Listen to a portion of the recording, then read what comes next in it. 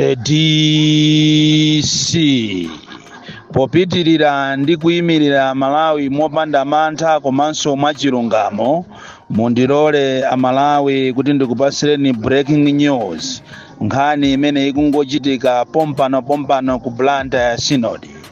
Inu mukukumbukira bwino kunena kuti azibusa opambana 71 mosogozedwa ndi Reverend Wilson Banda komanso a former Secretary General kapena General Secretary Reverend Maulana anapita zulo ku Page House kukapempherera umoyo wa Professor Arthur Peter Mutharika komanso akazi awo komanso dziko la Malawi limene likudusa m'mavuto mu nsonkhano umene kapena mapemphero amene amawatcha kuti divine intervention.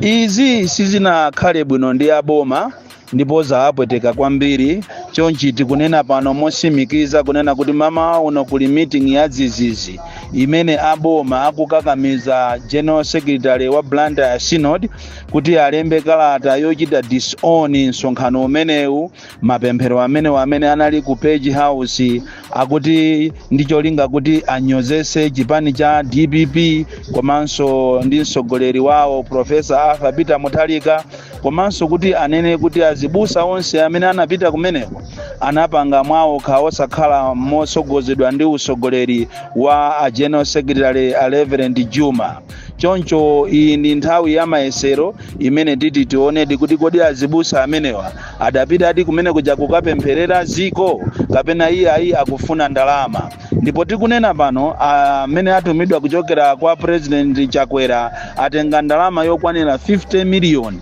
yokuti anyengerere Reverend kapena General Secretary kuti alembe kalata yochita disown kapena press statement yonena kuti iwo sadawatume anthu kuti akapemphere ku Page House, akapempherere ziko lino limene likukumana ndi mavuto osiyana-siyana, komanso akapempherere umoyo wa Professor Arthur Peter Mutharika komanso ziko la Malawi. Iyi ni nthawi imene titi tiziwe chilungamo kuti ndalama ndiyoopsa kapena anthu opempherawa amangokonda ndalama sakonda ziko lawo. The DC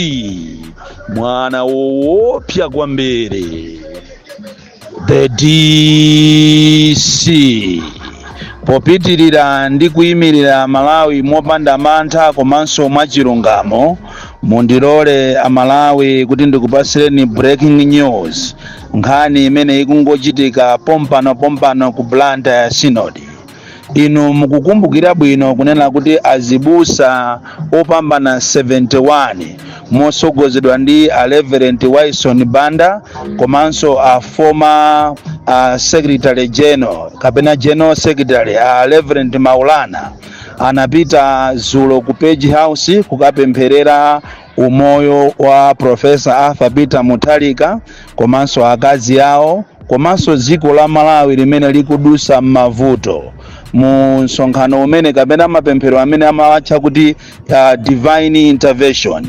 Izi sizinakhale bwino ndi aboma ndipo zapweteka kwambiri, chonchi tikunena pano mosimikiza kunena kuti mama uno kuli meeting ya zizizi imene aboma akukakamiza General Secretary wa Blantyre ya Synod kuti alembe kalata yochita disown nsonkhano umenewu, mapemphero amene anali ku Page House akuti ndicholinga kuti anyozese chipani cha DPP komanso ndi mtsogoleri wawo Professor Arthur Peter Mutharika, komanso kuti anene kuti azibusa onse amene anapita kumeneko anapanga mwawo osakhala mosogozedwa ndi usogoleri wa General Secretary Reverend Juma. Choncho iyi ndi nthawi ya mayesero imene titi tione kuti kodi azibusa amenewa adapita ati kumene kuja kukapempherera ziko kapena iye akufuna ndalama. Ndipo tikunena pano amene atumidwa kuchokera kwa President Chakwera atenga ndalama yokwanira 50 million